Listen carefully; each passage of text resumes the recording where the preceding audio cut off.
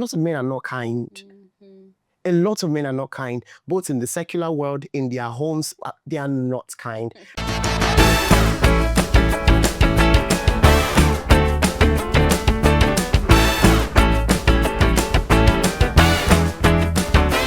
Hi everyone, welcome back to Ajegunle Christian Pod.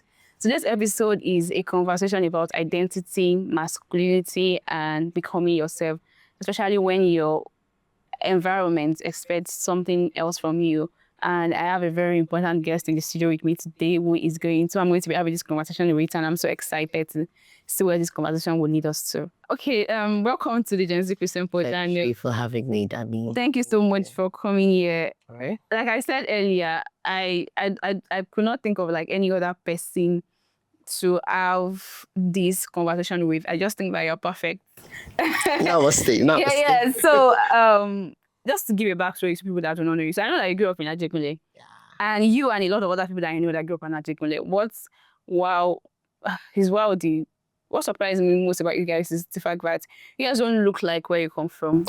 And it makes me wonder. My dear. Because Ajegunle has very bad publicity. I know, right? And I don't think those publicity are stereotypical. I think it's the reality of reality. Yes. So can you paint a picture of what it was for you growing up in Ajegunle as a boy? Just paint a picture of what your life was. All right. So I would say my life has been in different levels. My growth journey has been in different levels. Sadly, I was not quick enough to discern that it was growth. I was just very angry because it was as if my life was just running in loops, like just the same thing, no growth, nothing to hold on to, no track record, no believable reference whatsoever. So I actually grew up in Badia Ijara. Oh, Ijara. So yeah, I was born and bred in Badia Ijara. 110 Gaskia Road. So over that time, I think it was a family compound. My father, my father, blessed memories, and my mom. So we grew up there. I remember my mom said it was quite difficult to have me. So it took my mom a good number of years before she could conceive and, bring me forth to this world. So, and somehow God answered our prayers and I came. So I am partly Igbo and partly Akwa Ibom. So my mom gave me this very funny name. I used to think it was funny because I didn't like it, but I felt it was very lengthy. So the meaning of the name was Abasiyenyene. It means God's property or God's own. So she's according to her, she said there was just something very special about me that she had to give me that name. Were you an only child? No, I'm actually the last child of 4. So she just gave me that name, and then I'm like, okay. So in school, the name was just too long, so I didn't like it. I didn't really tally with it. My mom was like, you have to get the name, you have to love the name, it's a very good name. It's because you don't understand, you're speaking too much English and all of that. And then life happened. I lost my dad.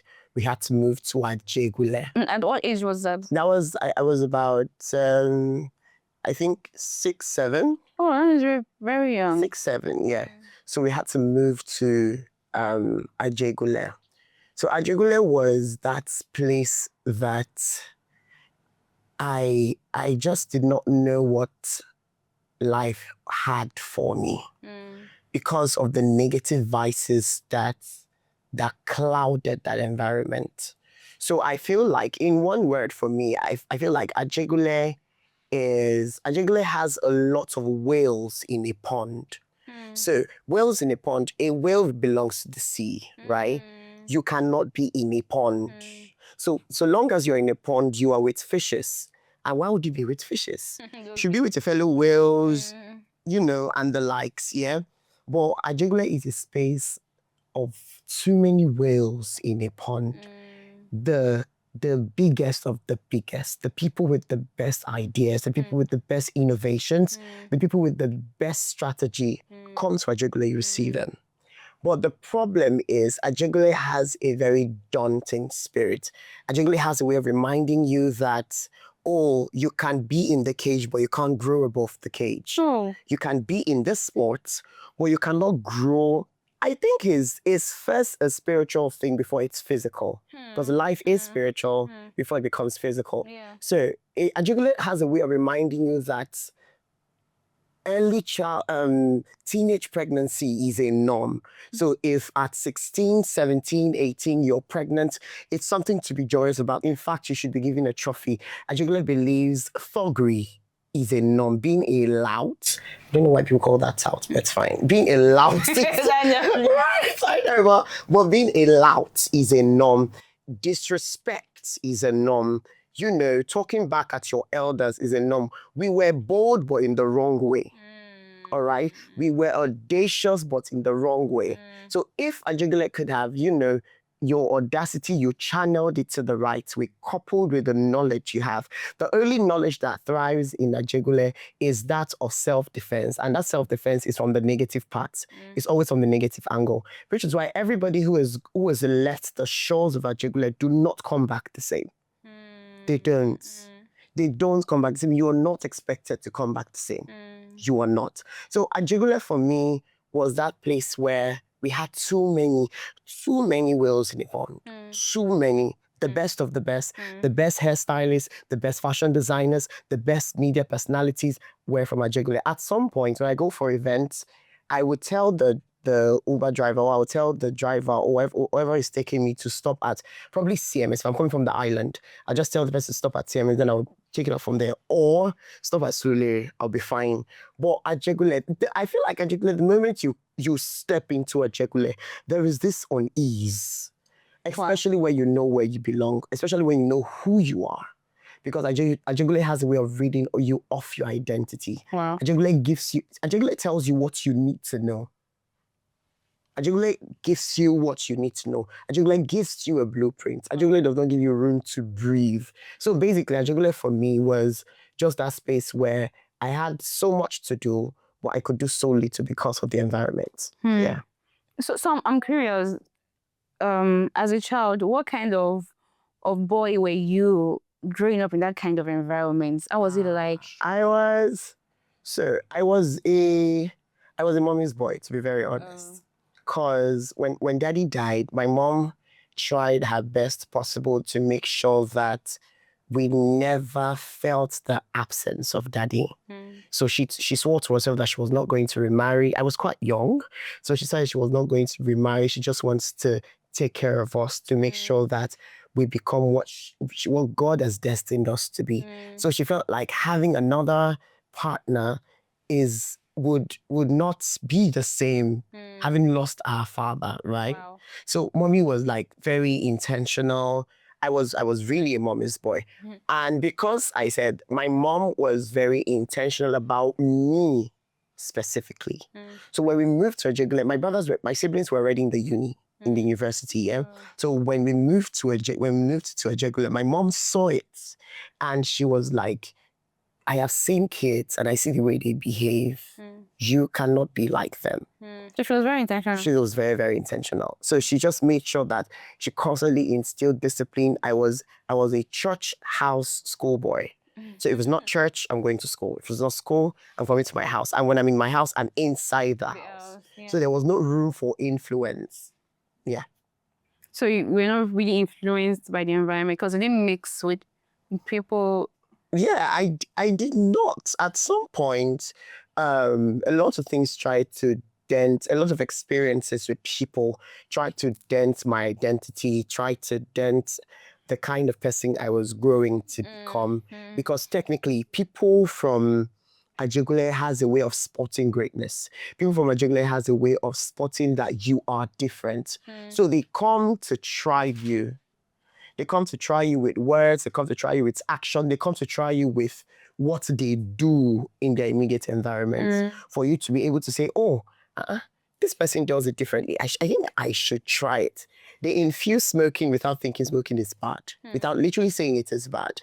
They infuse, teenage prostitution. Everybody, all the teenage girls wants to be, I want to have a boyfriend, I want to have a phone, and all of that. Like Ajegunle literally helped us, or Ajegunle made us feel like there was no, we couldn't just dream beyond our environment. There was no way, because you feel like even when you want to try, someone will tell you, I have tried it before, so you know what? So do no kukuma try out. Do you understand? They come to tell you in the spirit of mentorship. So, which is why I feel like people should be very careful of the people they allow into their lives. Because mentorship for me is basically governance over my life, over my decisions and all of that. So in Ajegunle, we did not have a lot of people who had done things, seen things, left the space and came back with results. They were very rare. So, yeah. So earlier you mentioned that the challenge with Ajegunle was a spiritual one, and then you also mentioned that growing up for you was house, church, school. Yeah. So I'm curious to know, how did faith, because I know you're a Christian, so how did that influence? Because it seemed to have sat down at a point, reflected about your bringing, so you're self-aware. And to me, it just seemed like you knew where you grew up in and it didn't affect you in any way. Even if it did affect you, it wasn't negatively. And so I believe that faith played like a huge role. Because yes, I want to know, how did faith enter your story? Were you born in a Christian environment? My mom was a prophetess. My dad was an elder in the church, apostolic church. Okay. So we used to have a normal devotion, morning devotion. Then it's not like a regular devotion. Hours. So my brother, we pray like an hour. So we go to school by 7:15. So we are up like 4-5. So you would sit on the couch and then Family devotion. I'm telling you. So my mom would now start singing some songs. There's some songs my mom would sing like, and you must sing. All right. So that also built my faith. And there's a difference between knowing God for yourself and knowing God because mommy said so. Or because mommy introduced it. Yeah. Right? So there comes a time in your life where you have to know God for yourself. You have to have encounters with God for yourself. It is only your story that will make sense, not another person's story. Yes. So if you come to me and you tell me Jesus says, he saved you. Do you understand? If you come to me and say, God can deliver you from what you're going through. When I look at you, there has to be a believable reference to the fact that you've gone out of that. So my family was first a believable reference that faith is not something, it's not an afterthought, right? It's not a trend, it's constant. So having faith in God was a constant thing for all of us. And like I said, at some point I grew up to grow my faith. So there were lots of things I had to grow my faith on, especially when I lost my mom. So I had to remind myself that God, it is me and you. Right? So for me, I felt like family played a major role. Went to church. We were my father would call us in our numbers, we'll stand in line. That's if you were given Bible recitation in school, in church for Children's Day. And then my father will call you and then you say, John 3:16, for God so loved, you dare not flee, you dare not, right? So all of those things built my mind. And the fact that mommy loved God, Daniel can love God more. My father was devoted to God, to the things of God. It made me say, you know what? There's no better person. There's no better place. There is no better idea I need to have than the one of God. And I needed to infuse that idea of God into my life. So faith was from my family, and faith was what I also built as time progressed. Yeah, and I believe that really, really shaped, that really helped you out in getting out of that Ajegunle mindset. Because I think there's something called Ajegunle mindset. There is. I think that helped you. So I want to rub a wound.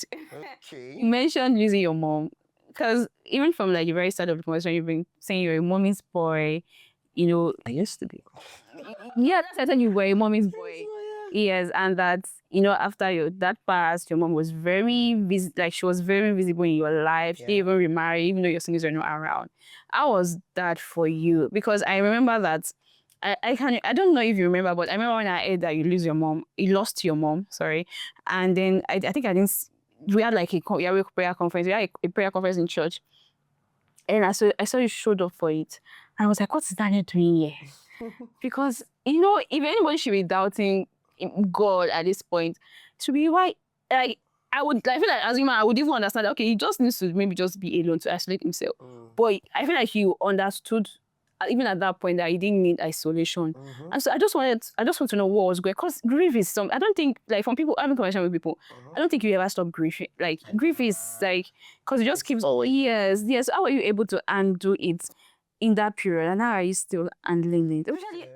Especially because as a man, for women now, we show emotions, but with the stereotypical way, they say you're a man now. Of course. A man doesn't talk. Yes, you cannot cry. So how was it for you? So when I lost my mom, I felt like everything came down. Everything came crashing. Because my mom was a million souls in one person. That woman, I used to tell people that I have never seen a mother that is so obsessed with her children like my mother. My mother was obsessed. My mother loved us to a point where she couldn't survive a minute without us, especially me. So my mom was that woman where I would go out, and you told her you'll be home in an hour time. 40 minutes to the hour, my mother is calling you. What is going on? I felt those moments, I felt like she was pestering me. Yeah. What is your problem? But sometimes I really wished I could get those calls. There was a time I thought to myself, I was like, maybe I could go to MTN office and then they could give me all the time. I've been speaking to my mom on phone. If I could get just to hear her voice. My mom was my succor. You mentioned when I went to Yahweh Prayer Conference. After my mom's death, I just had to tell myself, you know what, God, I'm done with you. To be very honest. Losing a dad, losing a mom, and I'm quite young, right? So I just told God, I said, God, I am done with you. I don't want to serve you. Anything that has God imprinted on it, I would clean it off. I don't want anything at all. But one day, something just told me, go to church. And then I went to church. It was, let's say my mom died on a Friday. I think every prayer conference was the next week. So I had to go the next week. So when I went to that prayer conference, that particular prayer conference changed my mind and my perspective towards God. So I went there, and I remember the message title. It's Intimacy Through Pain. So how to love on God even when you are not feeling it. Nice. All right? How to hold on God even when you're not feeling it. The moment I walked into church, I think there is this card they normally give us. Yeah, the promise card. Yeah. I can't remember the Bible verse. It says, let us go back to our Father. He has broken us. He will mend us again. Oh. That was a promise card I was given. I held that promise card. I cried. Oh my God. And I'm like, you know what, God? I was like, you know what, God? I don't really have your time like that. I'm just here because I feel like coming. Something told me so to come. The moment I got that promise card, oh goodness, I'm like, okay, God is going to say something. I was so sure. And then I did not want to throw a pity party. It is one thing I am never representing. One who causes people to stare and ask questions and, oh yeah, and I don't have that story. Celebrate me, don't pity me, all right? So I went there, I sat in church, the message was going on, and then we were asked to, go somewhere and have a conversation with God, right? And basically tell God that we are grieving, that this is what is happening, and I feel like you're silent about it. This is what is happening, and I feel like you've decided to keep mute about it. This is what is happening, and I feel like you decided to, not do anything about it. Then I went to a corner. I remember saying it because I remember praying that prayer. I said, God should have given me a sign now. Oh. Like, so have prepared me. Right? Let me know that this life that I came to, do it alone, right? But God I heard it clearly. And whenever I tell people will be like, wow, if that was from God, that was very huge.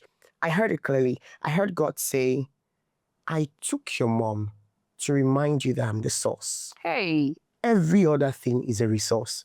You were so obsessed with mommy. It felt like outside mommy, nothing could come out of you. Hey. You were so relaxed. You were so complacent. You sat and everything was going well. And you felt like this man is your knight and shining armor, because my mom was my knight and shining armor. She was everything. So I did it.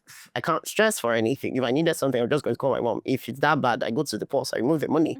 Or I knew I literally had my mom's, I know every of my mom's credential. I have them, the PIN, the password. So I feel like she trusted me enough to hand me over those things. Yeah. So that day I heard it clearly. I took her to remind you that I am the source. Now that she's gone, Daniel, look to me. I am your source. Henceforth, every other thing or every other person is a resource. I stood up from that chair, that place I was seated, Dami, and I was consoled. I was like, okay, since they want us to be doing this thing like that, well, I know, clearly there's no other resource. So since you are the source, prove to me that you are the source. I told God, I said, prove to me that you are the source. The Bible says, looking unto Jesus, the author and finisher of our faith. It's difficult to look for. It's difficult. Yeah. Even when things are not working right, it is difficult to look. Even when things are going south, it's difficult to look. It takes one who has been with God. It takes one who has had moments with God. That's why we have so many Christians flinching. We have so many Christians, one leg in, one leg out. I think real trouble is where God sees the people that are his. The Bible says that God, the Lord knoweth those that are his, right? I feel like times of tribulation, times of trial is the time where God sits back to know those that are his, and he will not place on you more than you can bear. Yeah, definitely. So I feel like God saw that I have the capacity, because every test comes with testimony. You cannot place on me something you will not cause a result to come from. So I felt like God has something for me. So for me, my mother's death was one that currently has equipped me. My mother's death and the absence of my mom has made me bolder. The absence of my mom has stood me up. The absence of my mom has reminded me that God is the source. So if I have anything whatsoever, I turn to the source. I say, source, please provide a resource. That's simple. So that's just it. So yeah, mommy was everything. That is so profound. I was cry. I still have crying. Yeah. I was crying now. I was holding myself back. But thank you so much for sharing that. That is so profound. Thank you so much for sharing that. Let's move. Let's start to cry. Yeah, right. Yes. So I want to talk about LD masculinity. Okay. Especially for you growing up in where you grew up. At what point did you realize that? Because I know that you're sorry, okay, let me start from there. I was just in Morocco. I saw your TikTok where you were correcting, like you're always narrating your comments. Right. Correct. I think it was about when you want to tell keke drivers. So I got dragged for that. My goodness, my DM is full. It was even your comment section and people were not even they're not attacking what you were saying, they were attacking you as a person. You get. And it just made me think about it. What was it like growing up for you? Knowing that you do not give the vibe of what a typical man should give. There's a typical masculinity energy that people expect from me. Yeah. And when a man does not give that, they start to bully that man. So how was it like? Oh, did you ever experience that? Of course I did. So like I said, daddy died early. I think I was probably in primary school when I lost my dad. And my two brothers, I think they were done with secondary school or thereabouts. I can't remember. So there was this time. This was where this is where my own experience came from. So I am not the football type. Yeah. I am not the PS4, PS5 type. Yes. I am not the, what's it called? I'm not the I don't know any other thing that that is attributed to being a man. Yes. All right. I'm not any of those. Yes. But I am one person who understands that I am growing per second. Like I said, my mom raised me the best way she knew how. And I need people to understand that a father trains, a mother nurtures. Yeah. So I was not expecting, I couldn't have expected my mom to train me. I want to make it clear. So that's why some people say, oh, I don't need a man in my life. That child will suffer. because the child is going to lack healthy fatherly love, healthy tips to become a masculine man, what he should do, how he should do it, what he should say, what not to say. He doesn't have to strut around with heaved shoulders and walk and say, I'm a man. No. Sometimes masculinity is subtle. Exactly. Yeah. It's more like a dove and a lion. All right. So for me, I feel like my mother only raised me the best way she knew how. So I grew up with women, a lot of women. Brothers. Right. I had brothers, they were hardly ever around. They were just two. So my brothers were in school. One of my brothers was in Calabar, the other one was, I think it was outside Lagos, I think Abuja or thereabouts. So I just basically grew up with my mom. So my mom literally, all of the gist, women gist is me.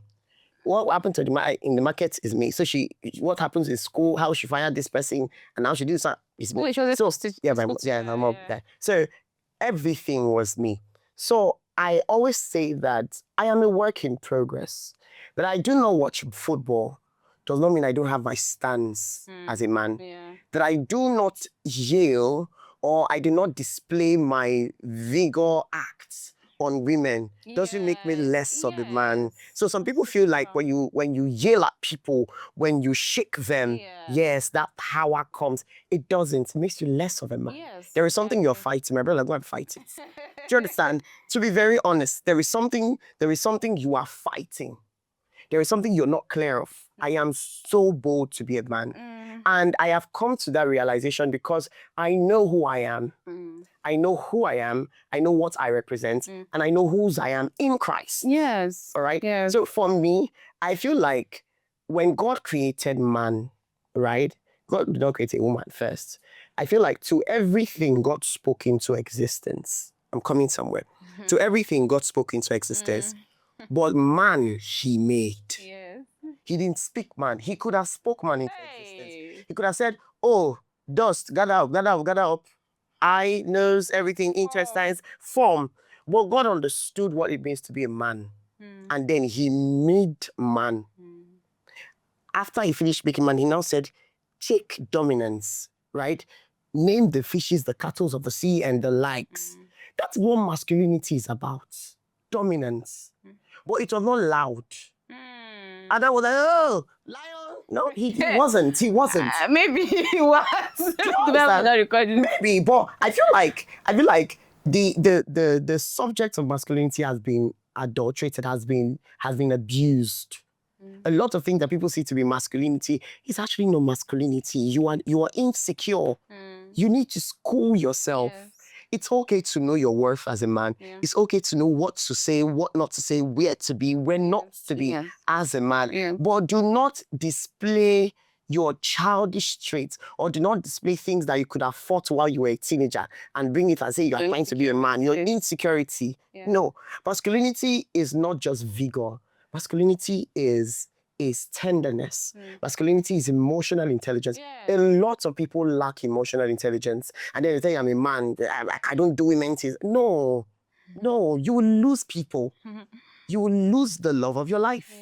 You will lose people who actually look up to you. Look at the people who people say they look up to. Look at them. They don't come out screaming.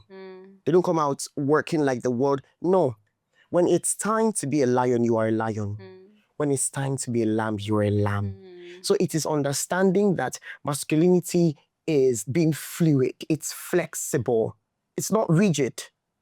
It's not you are trapped like this. So you no. I think that a lot of men, in Nigeria needs to unlearn what masculinity is. Right. Yes, and the fact that because I have conversation with men about this, because this is something that I actually really care about. But what I've realized from speaking with men is that a lot of men genuinely do not know. Like they are genuinely ignorant. And so sometimes I tell people, give men grace, especially the ones that are willing to listen and to communicate with you. I know that there are a lot of men that are actually doing the work of unlearning, even though they are not vocal about it. They are self-aware and they're actually doing the work of unlearning and becoming a better wife to their wives, to their partner, to the people around them, But then also a lot of men who they're just ignorant. Sometimes it's just good to just engage them in all the conversations. So I want to ask, because This one is very tricky. So how has Christianity shaped? I mean, you mentioned God creating man, saying not by speaking, but by making him. But how has Christianity generally shaped the way you see masculinity? I want to say some people I'm trying to say, but yeah. Oh, that was a very deep question. let me take it in. Yeah, Okay. take it in. So how has Christianity shaped the way I see masculinity? Yes. I feel like it reminded me that everybody is flawed. Every single person is flawed. Yeah. Man, woman Yes. is flawed. Yes. But people fail to understand that God uses you despite you. He doesn't really care about you. All right? He's intentional about you. And trust me, my dear, if God is intentional about you, if he's involved in your case. Yeah. What is that? Okay, depot. You understand? Like, if God is it. So I feel like check out all the leaders, check out all the people, all the men in the Bible that did great stuff. They were flawed. Yes. David. I want to be like David. Right? They were flawed. Yeah. The Bible recorded that David was a man after God's heart. That means God understands that men in this earth, he'll as a bill. Yes, so. Right? Like, they were flawed. But one thing God never stopped doing was giving man grace. So I feel like a lot of men do not understand the concept of grace. So when someone defaults, immediately I've cancelled them. Cancel. You want to kill this one, you want to break this one, the relationship is over. Give people grace. Yeah. I think both men and women really. Both men and women. Yes. Learn to give people grace. Yeah. God gave men grace in the Bible. Still giving us grace. God gave David grace. Yeah. God gave Stillborn. The Bible says that after Delilah had cut off his hair and then he woke him up and told him, Samson, the Philistines are upon you, blah, blah, blah. I think there was a part where Samson prayed. Was it Samson? Yeah, Samson, right? Samson prayed and said, God should give him the strength to be able to, I think, fight. Yeah. And the Bible recorded that if the people he defeated were more than the people he had defeated before. So God's grace, I feel like masculinity comes with grace. Masculinity comes with understanding that you are flawed. However, you're a work in progress. All right? Yeah. Understanding that you are flawed. However, you are a work in progress. Yeah. So masculinity in Christendom or masculinity in the sight of God is allowing yourself be. Coming to the Father. Telling God, I have come to the end of myself. Do me the best way you know how. Work on me the best way you know how. Because if you follow theology, if you follow psychology, if you follow what people are saying on social media about masculinity, a lot of men will turn out to be beasts. Beasts walking and wearing clothes, wearing suits.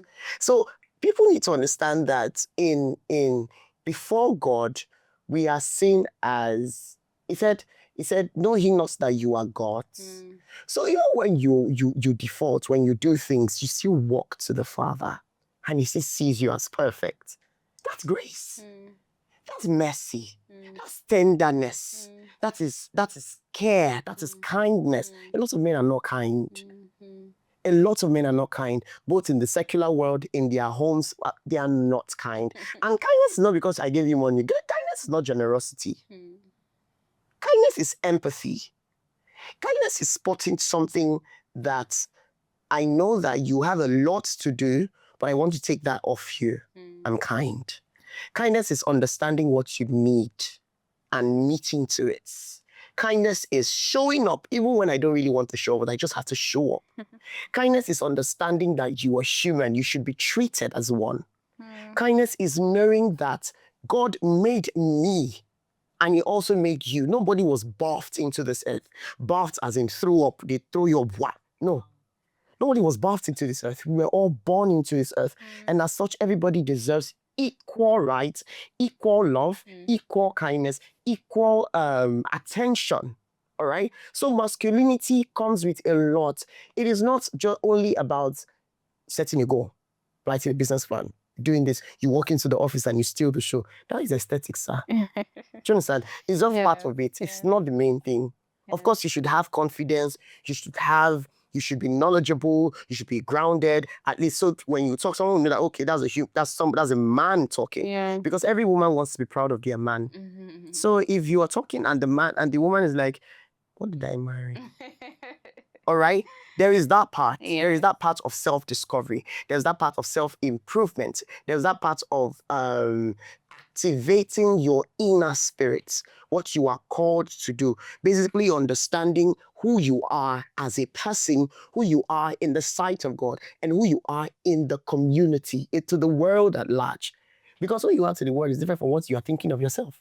So if I'm thinking, oh, I'm such a nice person, I don't look for trouble, the world is seeing you as a bad person already. So masculinity is understanding that you can lay down and God can walk on you on both ways. So it's basically allowing yourself to heal, allowing yourself to understand what really makes us special. It's not being rigid. It's not being, you can be tough. It's needed. Being of course. gra-gra. It's not initial gra-gra. Not be like, oh, do gra-gra pass. Yeah. There are so many people that are not doing gra-gra, but they are very successful. What are we saying? No. There are some people that don't shout, but their voice, when they say one thing, millions are dropping, sir. They don't scream, just be yourself. They just say that sentence, be yourself, and they leave the stage, and people are blessed. So masculinity is bold, yes. Is fierce, yes. Is stern, yes. However, it's flexible. There are sometimes try to be the lamb. You don't always have to be the lion. Nobody really cares like that. Oh, thank you for sharing that. So, last question. No, after this, I have one more, but that one went simple. So, if you could go back to your younger self in Ajegunle, what would you say? Younger Daniel in Ajegunle, what would you say to him? Younger Daniel, there is more to you that meets the eye. Ajegunle cannot define you. Ajegunle is too small a place to define you. Ajegunle is just a part. There are more lands to conquer. It's not a sin or a curse that you were born into Ajegunle. Yeah. In fact, it's something to be proud about, especially when you are working hard, especially when you know where you're going to. Yeah. It's something to be proud about because you don't look like it. There are so many places I've been to, and they say, "Where did you grow up from?" I'm like, "Oh, Ajegunle." Yeah. So no, you can't do that. You can't say that. He said, we told this thing. That's not my English show. Let's educated people in Ajegunle. That's smart. So Ajegunle kids are very intelligent and smart, very creative. So to my younger self, I would say there is more. There is more to you. There is more to that space you're living in. There is more to that muddy streets. There is more to the thick vernacular. Yeah. There is more to the teenage pregnancies you see. There is more to disrespect. There is more. Like, there is more. Yeah. As in, I will not go, no. Yeah. So when you don't go out, you will not see But there is more. that there is more. So I feel like one of the things Ajegunle people are deprived of is the access to exposure. And one thing people don't know is exposure is good. Sometimes you don't really need to have experience, just have exposure, to be very honest. Some of the things I do is not really tied to experience. It's tied to exposure. Because I have opened my mind. I have opened my horizon. I've told myself that, okay, what is that thing I need to do? Where is that place I need to go? What's that book that I need to read? I hosted my first event last year in November. It was an oratory competition. I hosted that event when I left Ajegunle. Not that the thoughts of it did not come to mind. But I was like, if I say it's now, they'll say, hey, what are you doing? Who sent it? And there's something about a snare. A snare, I don't know why people used to call it yimu. That's Is Yimuna? Is it not your? called a snare. Wait, so It's an English word, damn me. Don't disgrace me. Wait. So that means the Yoruba word is. I'm not saying scam. Please, please, please. So Yimu is a legit. You are saying yimu, but a lot of people have made it look like an English word. It's called a snare. So is it a particular snare you get from people? It doesn't really matter. Just keep focusing, keep going, keep holding on. So long as God has said. My question is, what has God said about you? Yeah.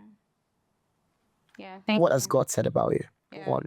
Yeah. So at the beginning of the podcast, I didn't ask you what you, because I was very excited. So, let people get to know you. What do you All right. do? So I am an educational consultant.